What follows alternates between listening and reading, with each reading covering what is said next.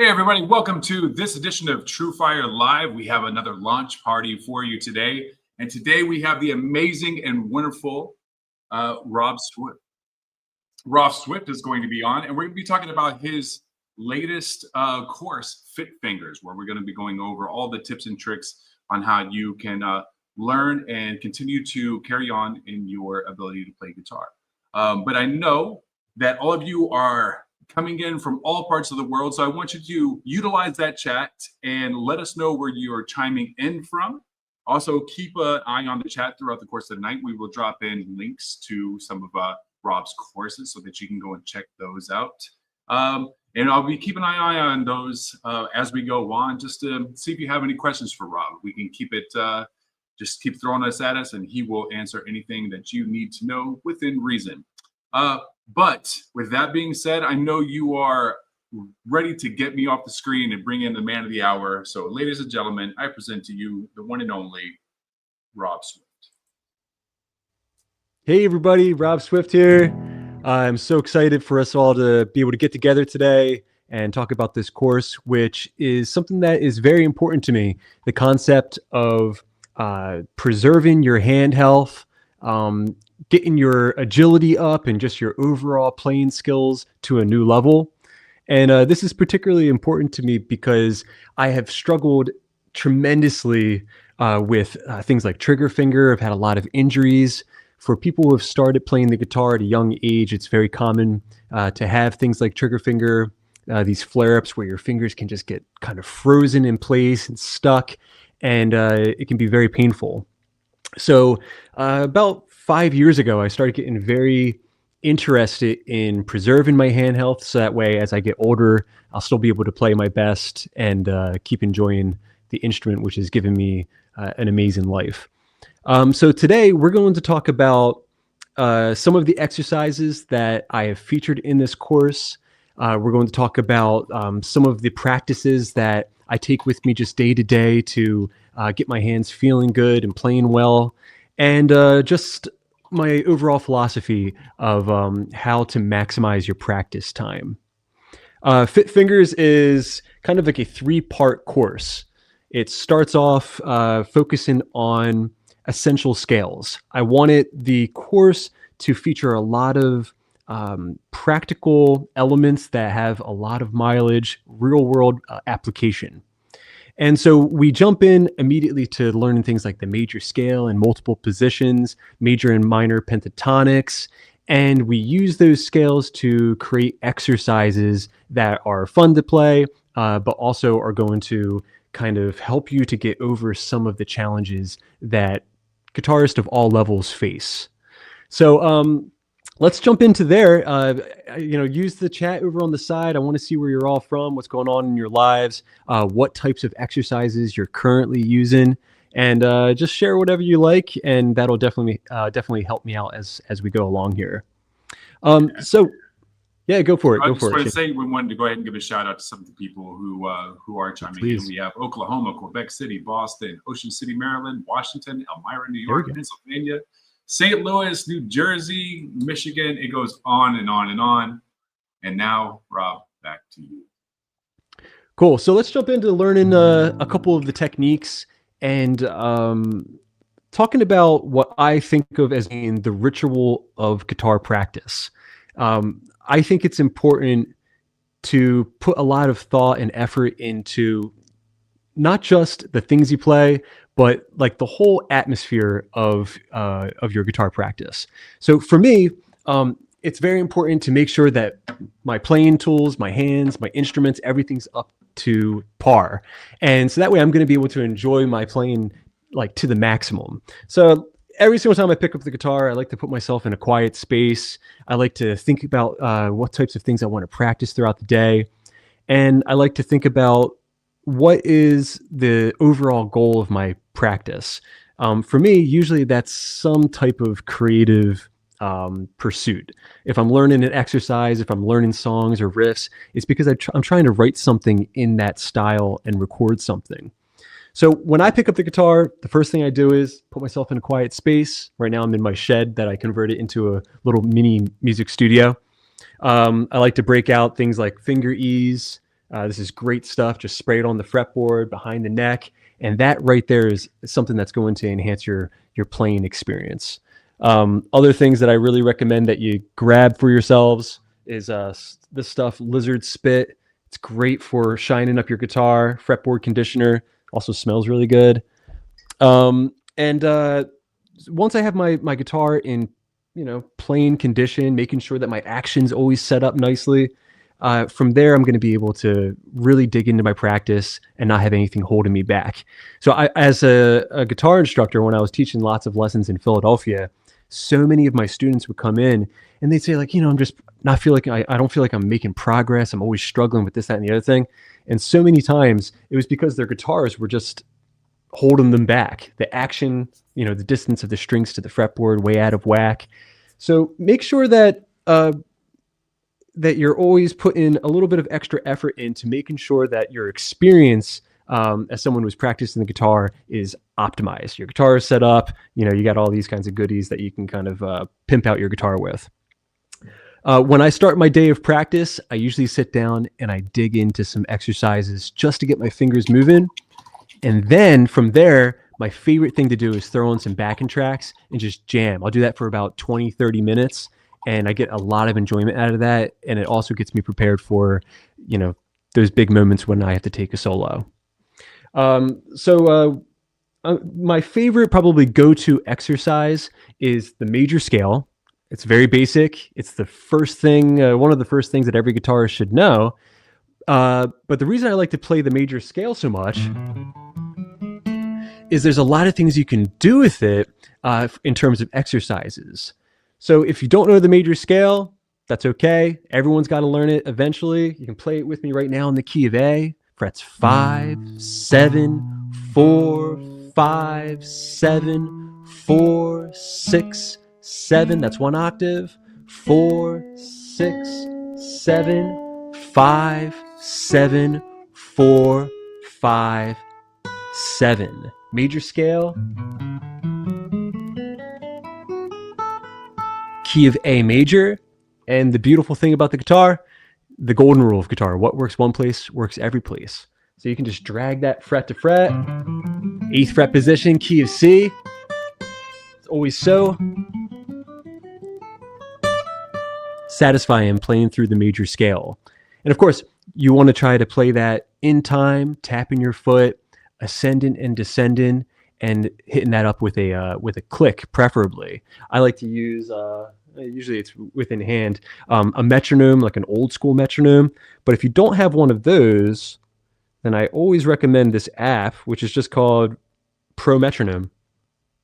And that's on your iPhone. All the smartphones have this. You can download that, and it has a bunch of different functionalities. You can change the time. You can make it triplets. You can do all kinds of different stuff. So the major scale, if you're playing it in the key of A, it's a great lead guitar tool for jamming in major keys. All right, easy to transpose. But one of the things that I taught in this course is an exercise that was passed down to me from a fantastic jazz bassist here in Southern New Jersey named Tim Lekin of the Ant Farm Quartet. And that is playing the major scale in thirds.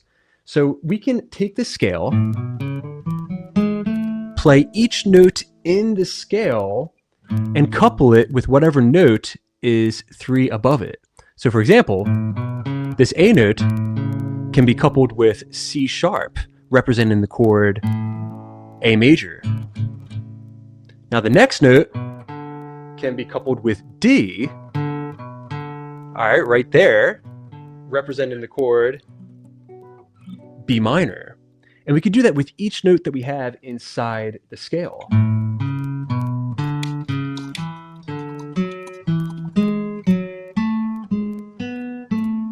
So on and so forth. And that is a fantastic exercise, especially when you get to those digits like the ring finger and the pinky. Most people have a lot of tightness between that joint. So that's something I'd like for you to practice just for a couple of minutes, playing each note in the scale, coupling it with whatever is 3 above it. You can actually alternate back and forth. That's a great way to play it. Get a little more mileage out of that exercise. You can try leaving your fingers down, letting those notes cascade against each other. That's it in 1 octave.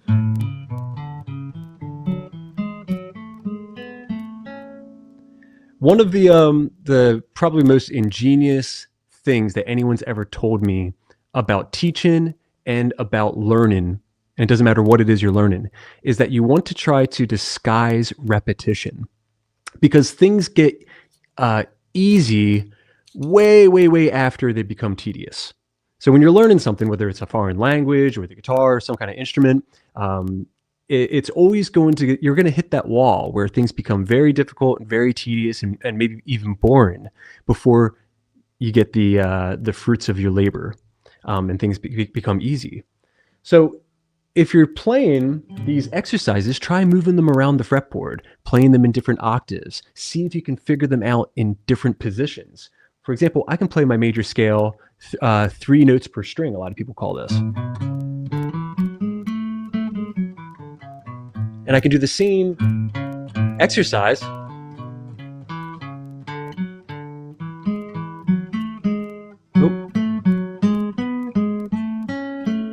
with that configuration of those notes as well. So just anything you can do to switch things up, make it interesting for you, disguise that repetition, and then that way you can get a little bit more, you can focus for a little bit longer. Okay, so let's see if we can play that together in time. I'll tap my foot, we'll play it in just an octave here in the key of A. Then we'll move it up to a different fret, and let's see if we can get those fingers, feeling a little bit worked out, see if we can start feeling a burn a little bit.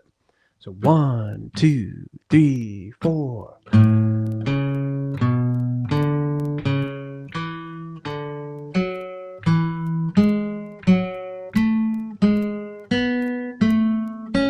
All right, we can go back. Ooh. I never played it actually that way. How you go? I go like this.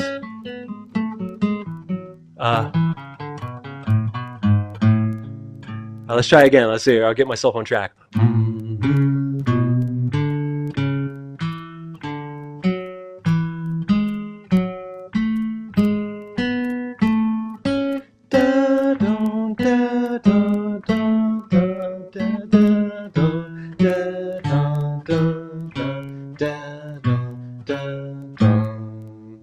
Beautiful exercise that has a lot of real world possibilities to it.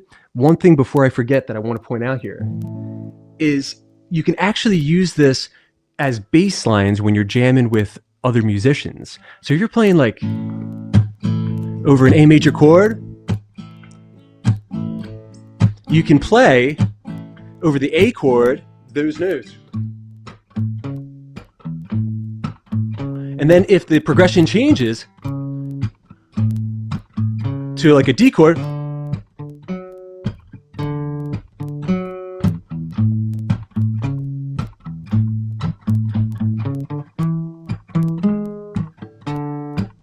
so you can actually outline all the chords that you have in the key of A major or whatever key you're jamming in using those intervals. Super, super powerful stuff.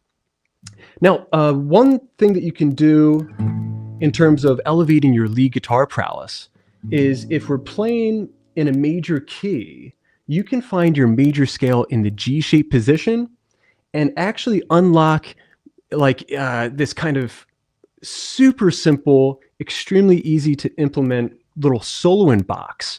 So let's pick a key. Let's say like key of E major. If you want to play your major scale, you can find your E chord as a G shape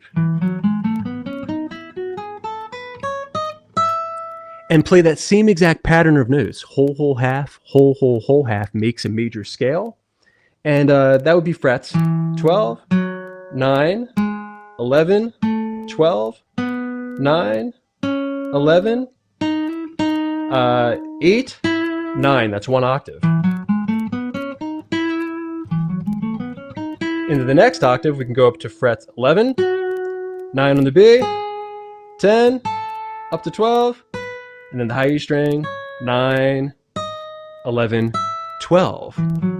It's all going to outline and overlap with that really terrible chord, the G-shaped position barred shape of the E major chord. No one's going to play that, so don't worry. But outlining it is going to give you the most useful position of your major scale. Now check it out. Right here, we got the E chord as an A shape. Of course, we have it as a G shape. We've got the scale. And anytime I have a beginner who says, I want to be able to just kind of play a solo and be able to find a box that's a one size fits all, I tell them to start here on the root note that we find on the G string. So if you're playing in the key of A, find an E note on the G string, and then play everything you had between the G and the high E strings. And then using this shape, you can employ that same exact trick that we just played. The major scale in thirds.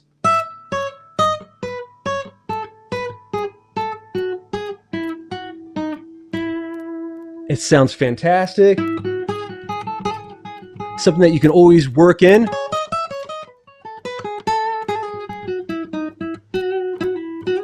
Into your licks and phrases. So remember, we're just playing a note and coupling it with whatever note. Let's say we start descending.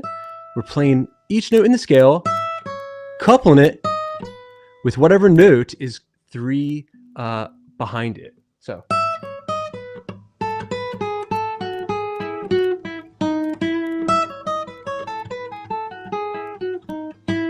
All right, just like that. Now I'm going to play a little bit of rhythm, and I want you to see if you can use those notes. 9, 11, 9, 10, 12, 9, 11, 12. See if you can implement this pattern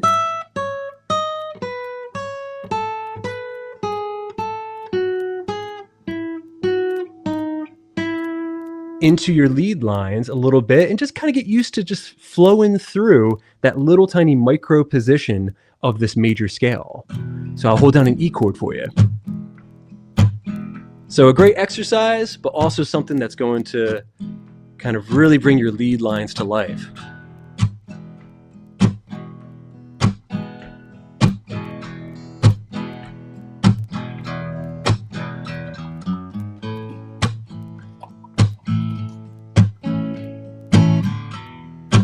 And jamming to backing tracks or with other musicians is always a great way to get your fingers woke up.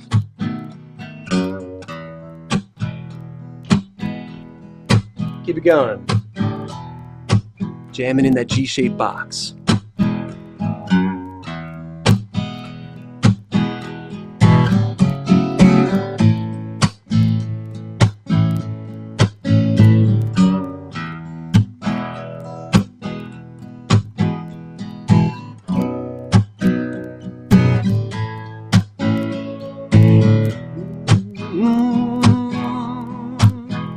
Saying I don't want no other baby but you. Maybe you can throw in some lead fills.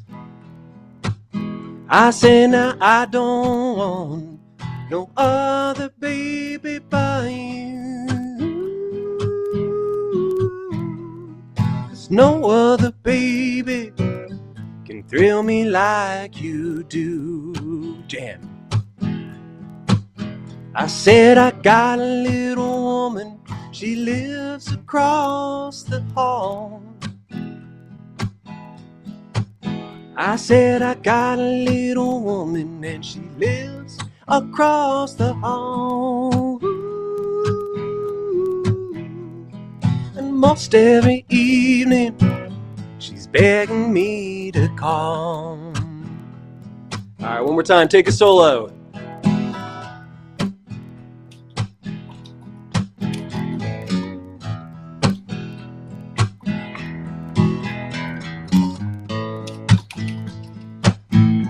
Over that 12 bar.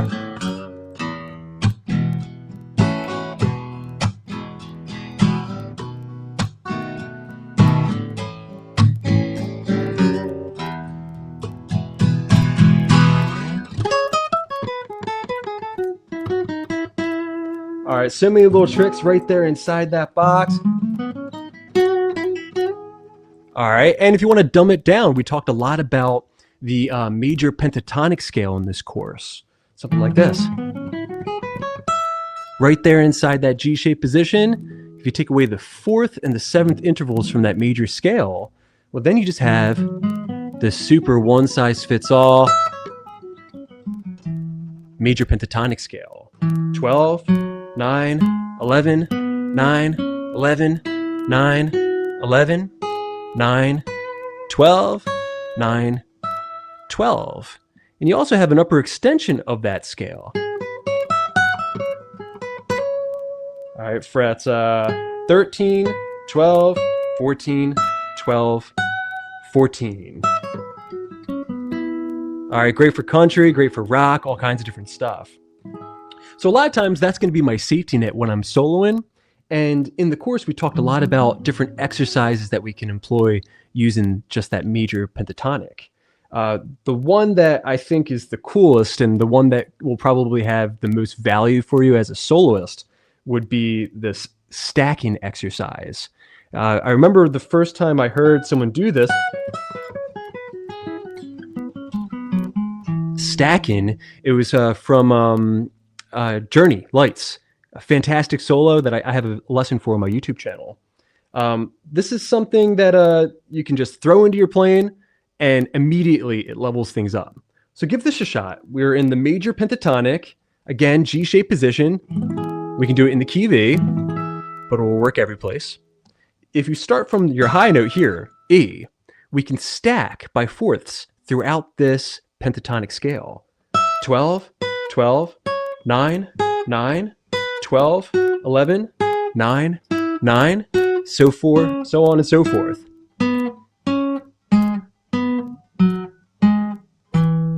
All right, and if you can implement a little alternate picking, it can get really slick. Sorry, this old guild is challenging for me to play, but I love this guitar because it has a really great tone. All right, so stacking, another fantastic thing you can throw into your playing. You can do it in the upper extension as well. And then combine those two soloing positions. So the stacking exercise, in fact, is a great way to transition from the upper extension into the main position of your major pentatonic scale. So once again, I'll play that Paul McCartney tune, and you can try adding stacking into your soloing if you want to just use it as an exercise and play in time with me. You can play it with quarter notes.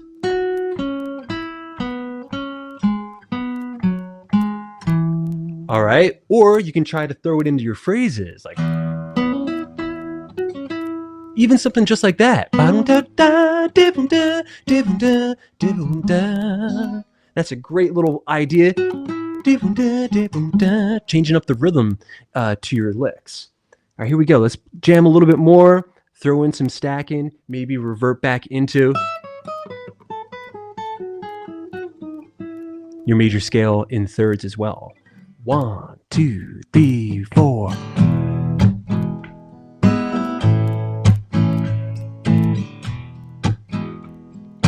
This is a great tune, by the way. Paul McCartney does it. No Other Baby. Easy 3-chord song to play. B major, A major, E major.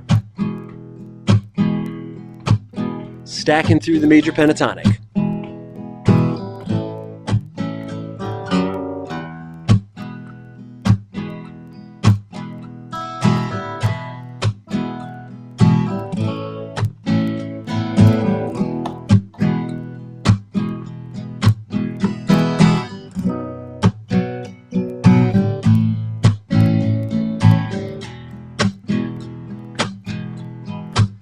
I say now I don't want no other baby but you. I say now I don't want no other baby but you.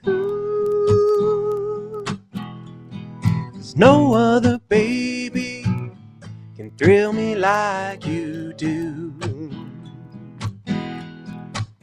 I say now no other baby can thrill me like you do.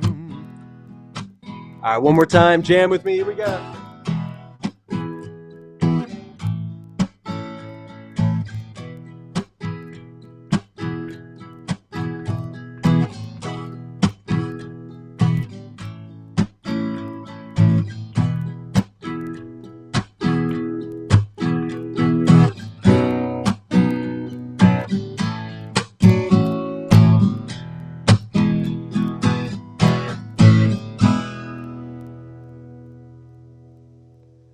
All right, so throwing a couple of extra tricks into your playing is something that's always going to make you feel good, make you feel like you're progressing. For me, I always try to play something new. If I pick up the guitar, I'll take something that I've done a million times and just see if there's just something that I can throw into a lick or a scale that I just haven't tried before. And stacking is one of those things that I added to my playing. I was like, wow, that does a world of good for my playing. Shane, how we doing? Oh, we are doing fantastic. You know, we have people from all over the world joining us. We have about 100 people watching us right now, all live. That's awesome. I know we, have a question here. You organized Fit Fingers around 18 different workouts. How did you decide what to include? And is there a particular order that the students should be following? I tried to make it I tried to set things up in a way that it would make sense and it would be a kind of from A to B kind of progress where students are developing their skills and their understanding of music and theory as we go, which is why we start with the scales. Those are foundational elements. And then from there, we get into the things that people are more likely to recognize as being exercises. That can get a little dry, but I really do think that there is a lot of value to playing things like a basic spider walk, and these kind of exercises that don't sound good. In fact, they sound kind of terrible, but they force you to move in ways that are a little uncomfortable and therefore an opportunity to grow as a guitar player. Once you get past those exercises, from there I get into riffs. I'm big on that. I think that everybody should have a few exercises that they play that are satisfying and actually fun to play. When I was a younger guitar player, I learned every riff under the sun, and those served as great exercises, whether it was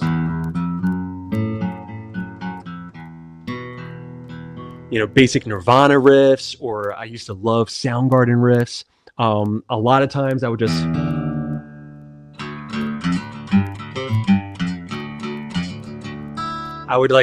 go into drop D tuning and just write my own riffs. And that was a riff that I wrote when I was 13. And I still, whenever I'm in drop D, I play that riff. So I'm big on having some riffs from famous bands. Try to learn as many of those as you can. It keeps you motivated. It keeps you wanting to play, but it also gives you something that is recognizable and kind of excites you every time you pick up the guitar. So riffs, I'm big into those. Exercises, I'm big into those for different reasons. They serve different purposes. I did want to talk about a little bit of the exercises that we featured in the course. Yeah, absolutely. I'll let you go ahead and get back into it. I have something else for you, but when we're ready, we'll get over to it. Okay. Just one exercise that you guys can try. A lot of players, as I mentioned, they have a lot of tightness and finger confusion when they start using the ring and the pinky in tandem. So one of the exercises that I started doing with students when I was teaching in Philly is this thing that I call the sci-fi walk. It's kind of like a spider walk, which is just going up by half steps and moving string to string, which is a fantastic exercise in itself. But this one is just targeting individual finger groups. So these two fingers, then your middle fingers, and then your ring finger and your pinky, which is, probably the most useless pair. So let's say you start on a G note. You can play something like this. I'll go all the way to the top string, then turn back. Then I'll do my middle fingers. For the pentatonic folks out there, the people that are kind of stuck in that pentatonic box, this is already getting a little tricky.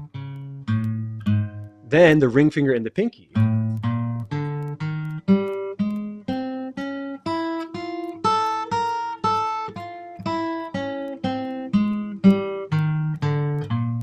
That was harder for me than it should have been. I was in Poland for a month, just got back, and family vacation. I did not play guitar very much at all during that trip. So I'm feeling the tightness, and that means I really need to dig into these exercises. And that's a really good one for anybody who is dealing with dexterity issues.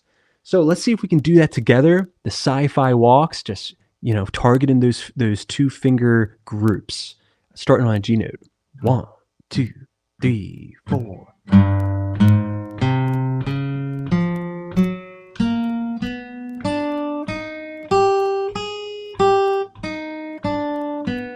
Doesn't sound pretty.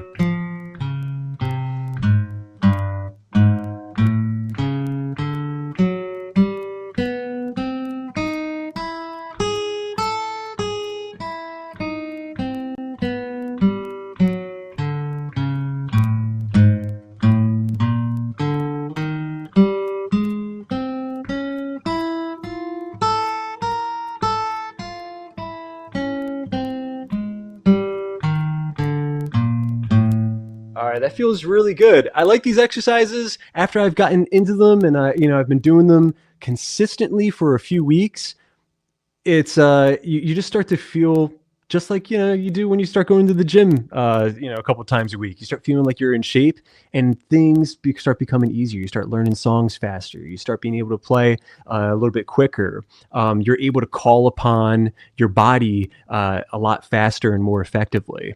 So add these into your repertoire in between, your main projects. If you're learning songs, throw in a couple of these exercises, and then see if, as you get back into your main point of focus, if it's a little bit easier to play moving forward. And then, like I said, like everything, it takes time to see the benefits of these types of things. So add it into your regimen. It doesn't have to be like, oh, you get up, you pick up the guitar and do these exercises for a half hour a day. That doesn't sound like a whole lot of fun. It's not something that you're going to enjoy. So what I recommend is pick up the guitar, have a couple of your favorite exercises ready to go, do a little jam into a backing track, then get into whatever your point of focus is, learn a song, write in a couple tunes, whatever it may be. And then, in between, just throw in a couple more exercises. So that way you're giving yourself a good regimen. And the other thing that I talked about in the course is hand health. So as you're playing, take a little break every now and then, drink a lot of water, get yourself hydrated, stretch yourself. You want to go this way, giving yourself a good stretch. You want to turn it around, stretch this way. If you're dealing with a little trigger finger or stiffness or arthritis, which a lot of people do, you can massage the insides of your knuckles in a circular motion. That's something that my hand doctor recommended that I do. And I do this in the morning because sometimes I wake up in the morning and my hand will be stuck shut. And that's just from trigger finger. So I'm always dealing with these injuries. But paying attention to it, not ignoring it, massaging and stretching and doing these exercises has given me the ability to play again in ways that I wasn't able to, 5 years ago when I had a really, really bad situation where I was doing Brazilian jiu-jitsu all the time. And my trigger finger got so bad that I couldn't play for months. So the other thing that I do when I'm getting myself ready to play before I jump in, a lot of times I'll run my hand under very hot water. And I'll massage my hand under hot water for about 10 minutes. And that feels fantastic. And you really do play better after if you do that first before you jump into the studio. I'll definitely do that before I perform. and 100% I'll do that before I go into the studio and actually record tracks. Shane, now that's all I really want to say on that subject. Perfect. We just had a question come in from B. Barrymore, and forgive me if I'm mispronouncing that. They're curious to know if E minor pentatonic is the same notes as a G major pentatonic. E minor pentatonic. So yes, G major and E minor are relative to one another. So they share the same notes. So let's say if you're playing G major pentatonic, you're playing E minor, right? I have this thing that I call the front yard, backyard concept, which is very useful for this. Let's put it in the middle of the neck, though. Let's say we're playing in the key of A major. Okay, if I want to play a major pentatonic scale, I can put my pinky on the root note of this A major chord, A note, 5th fret, low E string, then play that recognizable pentatonic box. All right, so I just played the A major pentatonic scale. It's a dumbed down A major scale. So if I start on the pinky right there, that's going to be A major. If I start on my index finger, I've got the parallel minor, A minor. So parallel minor is the same key, but minor, right? A major, A minor, they're parallel to each other. Now, but what you're talking about is relative, a relative minor. So that is what I find when I play off of the index finger here, F sharp. So A major and F sharp are relative to one another. So if I have A major right here, there's the pentatonic. It's going to be literally the same notes and the same finger in position as F sharp minor. All right. The only thing that's different about them is the tonal center, what note you're calling your root note. So if I play this same set of notes over a happy-go-lucky A major chord,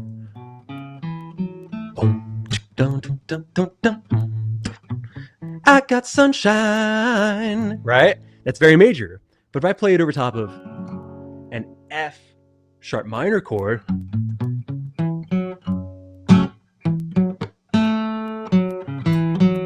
all right, I've got a different tune, different tonality. Now I'm playing an F sharp minor. All right, I think that was Bob Marley. Now you said key of G and E minor. All right, so that's the same exact concept. We're just playing here in the open position. So that was G major pentatonic scale. But if I start off of E, now E's my root note, same exact notes, and I've got E minor pentatonic. Can play it up here in the octave. Okay, so when you're talking about relatives, index finger on the E note, E minor pentatonic. Pinky on the G note, G major pentatonic. Very interesting. And learning that as a young lead guitarist, that like doubled my vocabulary as a lead guitar player. And I remember like the first time I went to band practice armed with that knowledge, it was like such a revelation because I finally had the ability to solo competently over major keys. A great song to learn for mastering the major pentatonic scale is Yellow Ledbetter by Pearl Jam. I also have a lesson on that on my YouTube channel. So in your course, you talk about a boss workout. How would somebody know that they're ready for the boss workout? That was like with the obstacle course. I would say that the entire course is accessible to players of all levels. It's because with these exercises, what makes it advanced is the tempo that you play it at. Of course, there's some exercises that are in the course that are like riffy, and you can embellish them and make them sound more advanced just by the way that you play them, the finesse that you play them with. But there's like one riff that I share in the tune, or I'm sorry, in the chorus.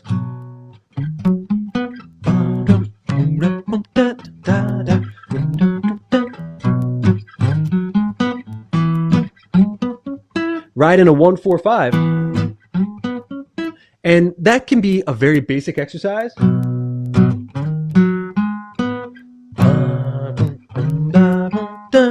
But then you can start adding more flavor to it by throwing things in like a little percussive hit, some dynamics. Try playing things nice and quietly, throwing in those muted notes, a little vibrato.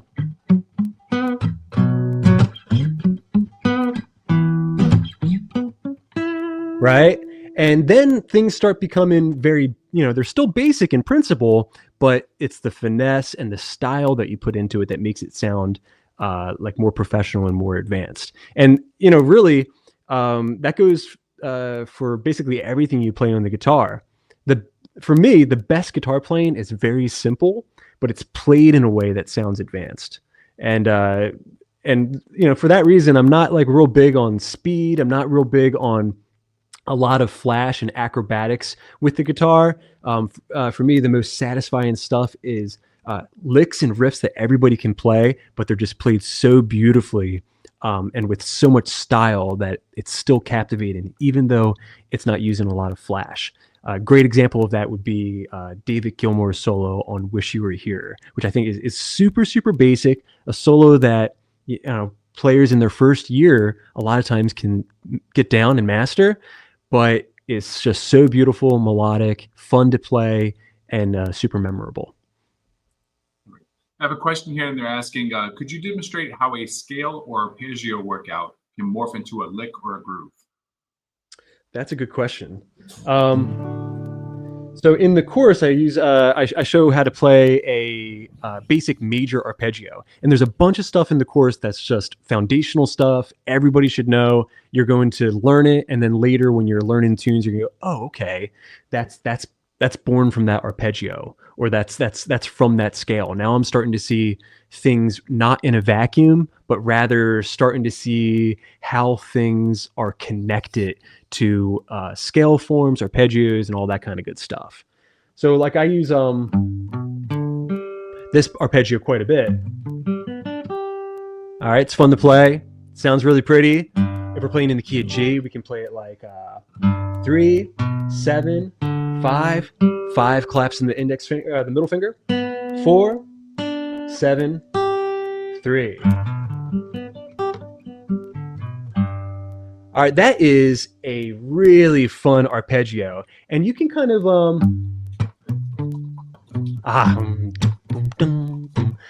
try kind of coming up with some bass lines. If you're a bass player, that arpeggio is a must. So you can take the arpeggio and then just try to add a little bit of rhythm, a little bit of a backbeat to it.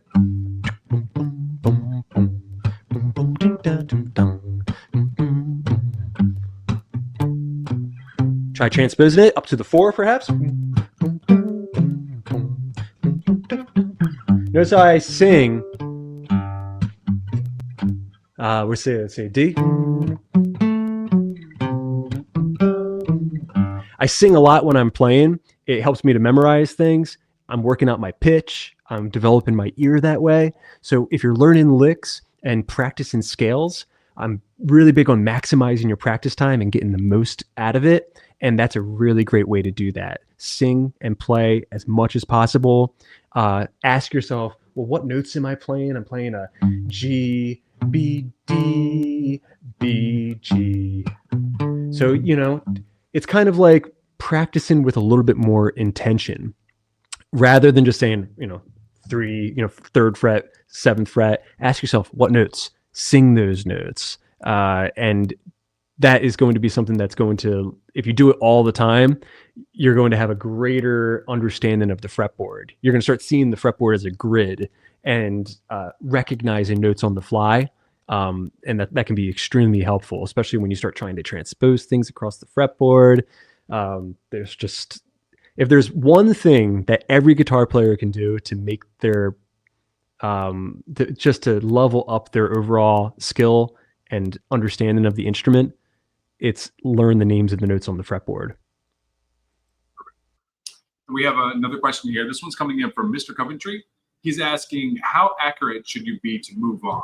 Should you be about a 90% level? And which BPM should you be able to play your scale or your exercises at? 70, 80, 90? I think about like average pop songs. Not like, scorching country tunes, but the average tune is about, 120 BPM is like a really standard tempo. I always tell people, if you're learning a tune, figure out what BPM it is, and you should be able to play it at least 10 BPM above that tempo. 10, 15, something like that. If you can play it 10, 15 BPM above the normal tempo, then when you go back to the normal tempo, you're gonna be like, whoa, it sounds slow now. So something that sounded really fast and intimidating suddenly sounds slow and like super manageable if you go that way. So when I'm practicing licks and things like that, a lot of times I'll set a metronome up, and I'll start off really, really slow. So let's say like, if I got a little click like here.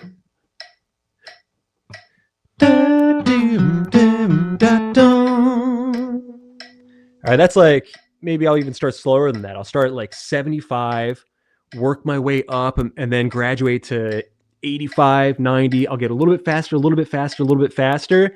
And if I seize up, I reach a BPM that just like I cannot play at anymore, or I'm just falling behind a little bit, I'll just stay there and just look at that as a great opportunity. Like, okay, it's nice to have a number that you fail at, because then you can quantify your progress.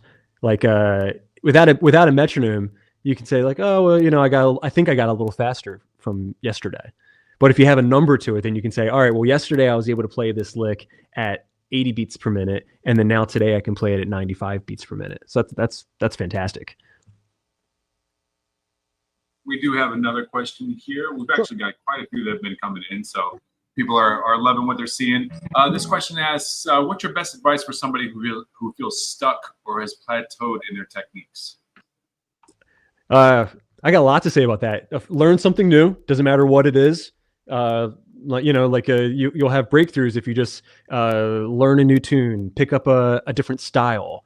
Grab yourself a nylon string, see if you can learn some Brazilian jazz. You got to diversify a little bit to try to find something that's going to blend into your playing in ways that might surprise you.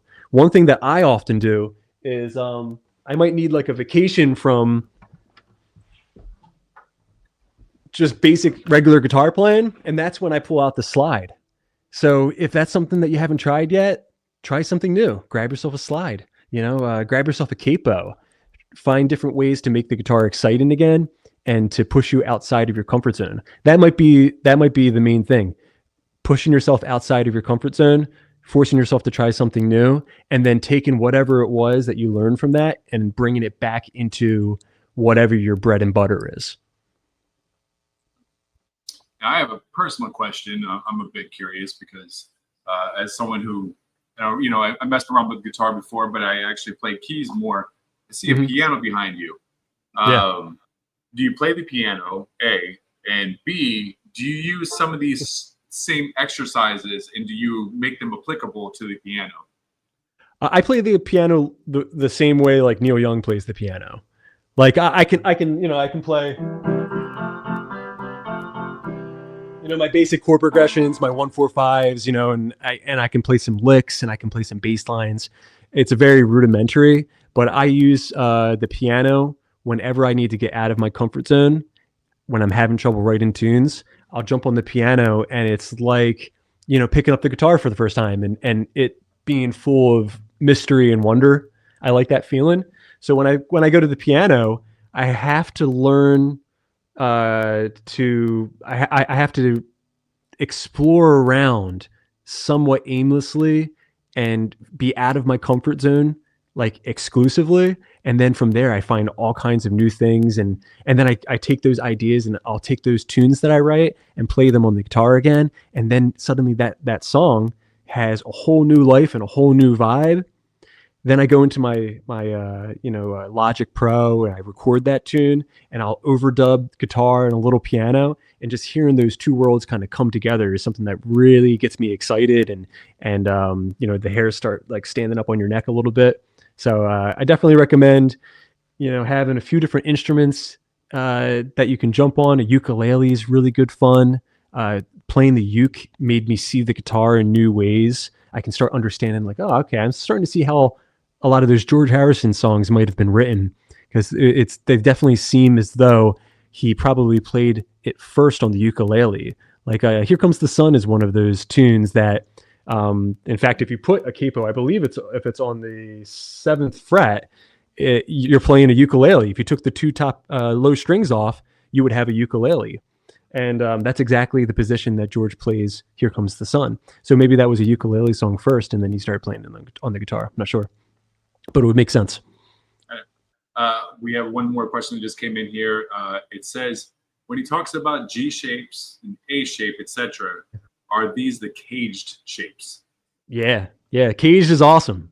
And it's some people call it cage concept, cage theory. I've heard people like criticize the cage system for whatever reason. It's a fact of the guitar. Like, we have the ability to play these chords in 5 shapes. So like a C, we can spell out the word caged using our chord forms: the C shape, the A shape, the G shape, the E shape, and then we can play it in the D shape. And so when someone says, oh, I'm going to play the C major scale in its E shape position, what they mean is they're taking an E chord, transposing it up to the key of C, and then overlapping with that shape, we're going to have,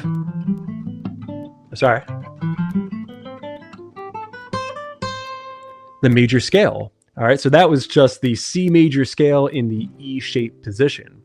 And so when I picture the fretboard, I picture those cage shapes all over the fretboard. I can play my A major chord as an A shape. I can play it as a G shape. I can play it as an E shape, a D shape, and then it's going to repeat. Here's a C shape of the A chord, an A shape bar of the A chord, and it's so useful because then all I need to do is find myself like the root note. All right, here's a C major chord transposed to the key of A major. See my root note here? 12th fret, A string. Overlapping.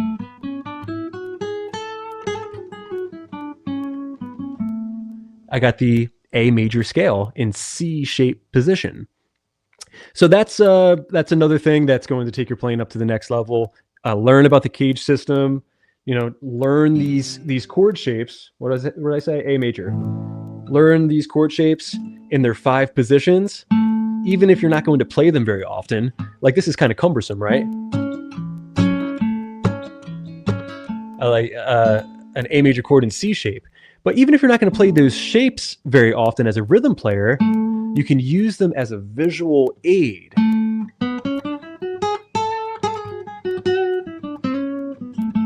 All right, just for navigating the fretboard a little bit more easily. And we did have one more person a few rows back that asked the question, and it's something that you've gone over, but for people who have maybe just come in the last few moments or so, they're curious to know, can you show us another example of how one exercise can build into something musical? Oh, did we lose you? One more time, Shane. You broke up a little bit there. Yeah, I saw we had a little glitch there. Yeah. They're curious to know, can you show an example? And this is something that you've done a little bit earlier today, but I think it's worth reiterating. Can you show an example of how one exercise can build into something musical? Something musical. Well,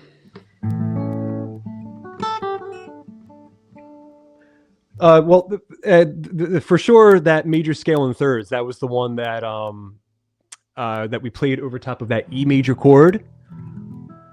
And I was talking about how we can take each note inside the scale and couple it with whatever note is 3 apart from it. So if I have the scale descending in the key of E major, all right, I can play 12, 9, 11, 12, 9, and then 10, and so on and so forth.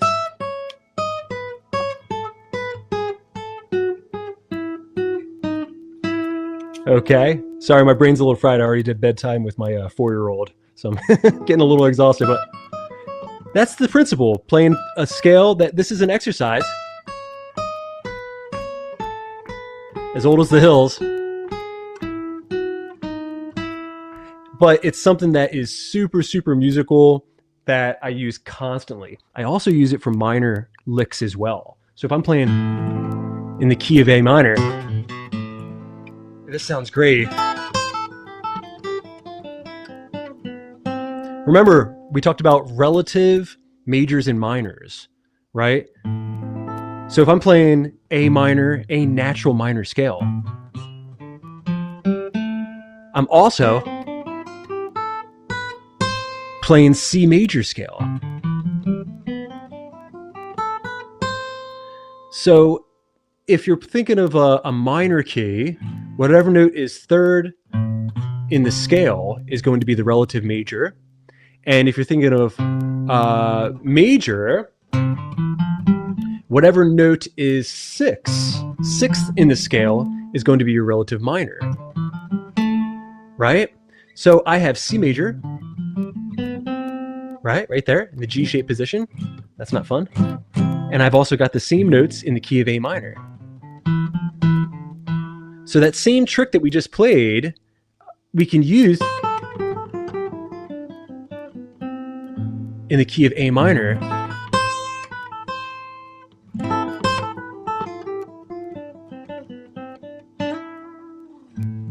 for some really exotic kind of Spanish sounding licks. So if I'm holding on A minor, see if you can give that a shot. I know we're running out of time, but that's a lot of fun to play.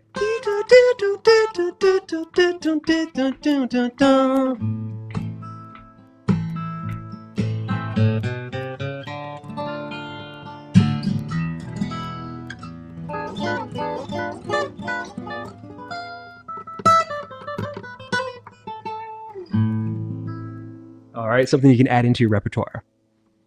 Perfect. Beautiful and fitting, considering prior to the stream, you and I were actually talking about Spain. So we've reached our time. It has been absolutely wonderful, Rob. As always, I want to let everybody in the chat know once again that the new course is Fit Fingers. The link for the course is in the chat. It's also in the description of the video. Rob, is there anything else you want to let the audience know before we take off for the night? No, just pick up your guitars, have fun, leave your comfort zone, dig into these exercises, enjoy the course, and remember to keep doing it.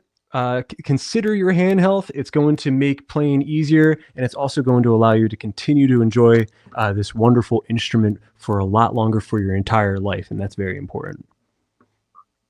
Thank you very much, Rob. My Always pleasure. a pleasure. Get back to your 4-year-old and Yeah, get some hopefully sleep. she'll stay in bed. We'll see. Yeah. We will talk soon and hope to see you down in Florida very soon.